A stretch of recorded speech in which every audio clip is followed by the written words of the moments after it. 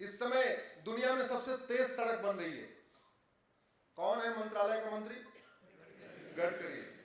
दुनिया में सबसे तेज सड़क बनाने वाला मंत्री किसके पास? हमारे पास। लेकिन सड़क बनाने से भौतिक विकास होता है, आध्यात्मिक विकास होता है? जोर से बोलिए जरा।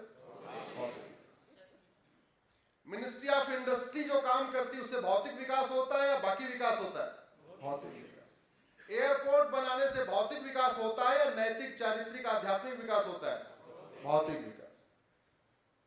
हाईवे बनाने से, एक्सप्रेसवे बनाने से, रेलवे बनाने से, एयरपोर्ट बनाने से, ये जितने विकास हम करते हैं ये भौतिक विकास करते हैं। इससे आध्यात्मिक विकास नहीं होता, चारित्रिक विकास नहीं होता, नैतिक विकास नहीं होता, मानसिक विकास नहीं होता। तो फिर बाकी विकास कौन करेगा? उसके लिए भी सरकार में आयाम है। नैतिक विकास, चारित्रिक विकास, आध्यात्मिक विकास, मानसिक विकास के लिए सरकार के पास 3 मंत्रालय हैं। एक का नाम है शिक्षा मंत्रालय, दूसरे का नाम है संस्कृति मंत्रालय और तीसरे का नाम है कानून मंत्रालय।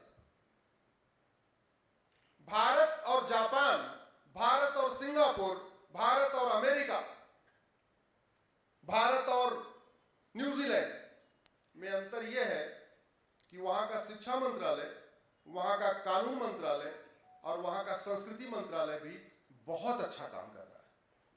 हमारे यहां भौतिक विकास करने वाले मंत्रालय तो खूब काम कर रहे हैं, दुर्भाग्यवश मानसिक विकास, आध्यात्मिक विकास, चारित्रिक विकास, नैतिक विकास, उन पे उतना फोकस करने वाले जो 3 मंत्रालय हैं, उन्होंने सही काम करने की बजाय उल्टा काम किया।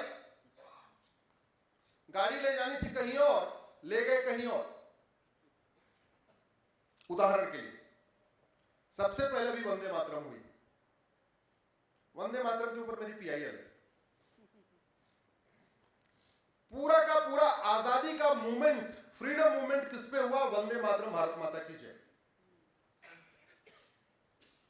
जब गोली मारते थे, जब वो लाठी चलाते थे, हमारे देश के स्वतंत्रता संग्राम क्या बोलते थे? वंदे मातरम, भारत माता की जय। पहला झंडा डिजाइन हुआ भगवा रंग का था, उस पे ओम लिखा हुआ था, जो भारत का राष्ट्रीय झंडा डिजाइन हुआ। कुछ लोगों को भगवा से दिक्कत थी, ओम से दिक्कत थी। भीखाजी कामा ने दूसरा झंडा डिजाइन किया, वो भगवा रंग का था, उस पे वंदे मातरम लिखा हुआ था। वंदे मातरम के नाम से अखबार निकल रहा था लाहौर में, वंदे मातरम के नाम से पत्रिकाएं निकल रही थी, वंदे मातरम के नाम से नाटक खेले जा रहे थे, वंदे मातरम के नाम से राम प्रसाद बिस्मिल ने गजल लिखा। सब कुछ क्या हो रहा था? वंदे मातरम, भारत माता की जय। लोगों के पगड़ियों पे वंदे मातरम लिखा हुआ था, लोगों के गमछों पे वंदे मातरम लिखा हुआ था, सारी सभाओं में वंदे मातरम हो रहा था। कांग्रेस का जो राष्ट्रीय अधिवेशन होता था उसमें वंदे मातरम गाया जाता था। और वंदे मातरम आया कैसे? अंग्रेजों ने एक नेशनल एंथम यहां इंपोज करने की कोशिश किया। वो एंथम था God save queen. God save queen का विरोध करने के लिए 24 घंटे के अंदर बंकिम चंद्र चटर्जी ने वंदे मातरम लिख दिया और फिर वंदे मातरम पॉपुलर हो गए। वंदे मातरम तो पहले से बोल रहे थे, ये वंदे मातरम जिसको हमने आज गाया ये भी पॉपुलर हो गया। जनगण मन कहीं पिक्चर में नहीं है। कांग्रेस के शुरू के 5 राष्ट्रीय अधिवेशन वंदे मातरम गा के हुए। जो कांग्रेस का 5वां, हर साल में एक होता था, जो 5वां अधिवेशन हुआ उसमें जनगण मन के रचयिता गुरु रविंद्रनाथ टैगोर ने खुद ही वंदे मातरम गाया। लेकिन बाद में जनगण मन लिखा गया। किन परिस्थितियों में लिखा गया, क्यों लिखा गया, क्या उस पर कहना है, मैं उस पर नहीं जाता हूं। तो जब संविधान बनने लगा तो 26 नवंबर 1949 को पूरा संविधान तैयार हो गया। आजकल हम लोग संविधान दिवस मनाते हैं, 26 नवंबर को मनाते हैं। पूरा संविधान तैयार हो गया। लेकिन एक बात पे मामला गड़बड़, एक बात पे आपस में सहमति नहीं हो रही थी कि भारत का नेशनल एंथम क्या होगा, राष्ट्रगान क्या होगा। मेजॉरिटी कह रही थी कि चूंकि वंदे मातरम से ही पूरा का पूरा आजादी का आंदोलन चला है तो क्या होना चाहिए? वंदे मातरम। कुछ लोग वंदे मातरम के शब्दों से दिक्कत थी, सो कॉल्ड सेकुलर्स, वो विरोध कर रहे थे, लेकिन इतने डोमिनेटिंग थे कि जैसे न चाहते हुए प्रधानमंत्री बन गए, वैसे न चाहते हुए उन्होंने जनगण मन को नेशनल एंथम डिक्लेयर करने की कोशिश की। वोटिंग की नौबत आई। डॉक्टर राजेंद्र प्रसाद ने 26 जनवरी से 2 दिन पहले, 26 जनवरी 1950 हम लोग रिपब्लिक डे मनाते हैं ना, उससे 2 दिन पहले 24 जनवरी को एक संविधान सभा की फिर बैठक बुलाई। संविधान बन चुका, संविधान लागू हो चुका, सब कुछ हो गया, मोटी मोटी सहमति हो गई कि वंदे मातरम भारत का राष्ट्रगान है। लेकिन फिर 24 जनवरी को फिर एक बैठक बुलाई गई, उसमें एक प्रस्ताव पास हुआ कि वंदे मातरम और जनगण मन दोनों भारत के नेशनल एंथम है। तो अगर संविधान सभा के प्रस्ताव के हिसाब से देखें तो भारत के एक नहीं 2 राष्ट्रगान है। हम लोग, कुछ लोग सोचते हैं कि जनगण मन राष्ट्रगान है, वंदे मातरम राष्ट्रगीत है। ऐसा कुछ नहीं है, कागजों में ऐसा कुछ नहीं है, किसी कानून में ऐसा कुछ नहीं है। अच्छा चलो ठीक है, वो भी प्रस्ताव पास हो गया कि ठीक है दोनों नेशनल एंथम है, तो चलने देते। 1971 में इंदिरा गांधी ने कानून बनाया, उसका नाम है नेशनल ऑनर एक्ट। उस कानून में उन्होंने जब नेशनल एंथम डिक्लेयर करने की बात आई तो जनगण मन का तो लिख दिया नेशनल एंथम, वंदे मातरम उसमें नहीं डाला। जनगण मन का पूरा प्रोटोकॉल बन गया, कितने सेकंड में गाया जाएगा तय हो गया, म्यूजिक क्या होगी ये भी तय हो गया, गाते समय अगर कोई खड़ा नहीं हुआ तो उसको सजा होगी 3 साल की, ये भी उस कानून में लिखा हुआ है। सब कुछ हो गया जनगण मन का, लेकिन वंदे मातरम को उसमें छोड़ दिया। नतीजा ये हुआ, कोई 3 मिनट में वंदे मातरम गा रहा है, कोई 1 मिनट में वंदे मातरम गा रहा है, कोई 1.5 मिनट में वंदे मातरम गा रहा है, कोई किसी म्यूजिक पे वंदे मातरम गा रहा है, कोई किसी म्यूजिक पे वंदे मातरम गा रहा है। फिल्मों में अलग गाया जा रहा है, सीरियल में अलग गाया जा रहा है, पॉलिटिकल पार्टी की रैलियों में अलग गाया जा रहा है, स्टेज पे अलग गाया जा रहा है। इसलिए मैंने पीआईएल फाइल किया हुआ है, मामला कोर्ट में चल रहा है।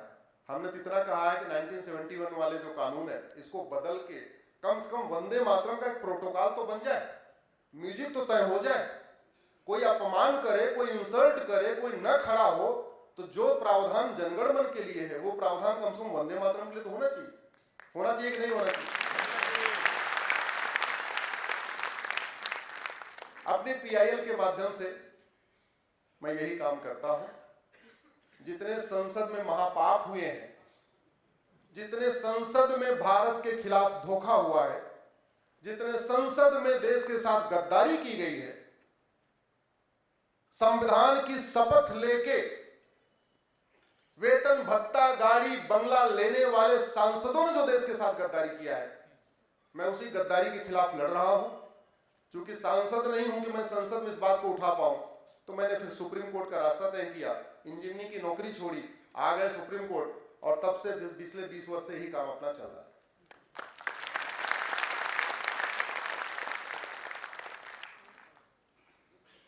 बाबा साहब की आज जयंती है, मैं तो देख रहा हूं पूरा नासिक पटा हुआ है, चारों तरफ बैनर, पोस्टर, होर्डिंग,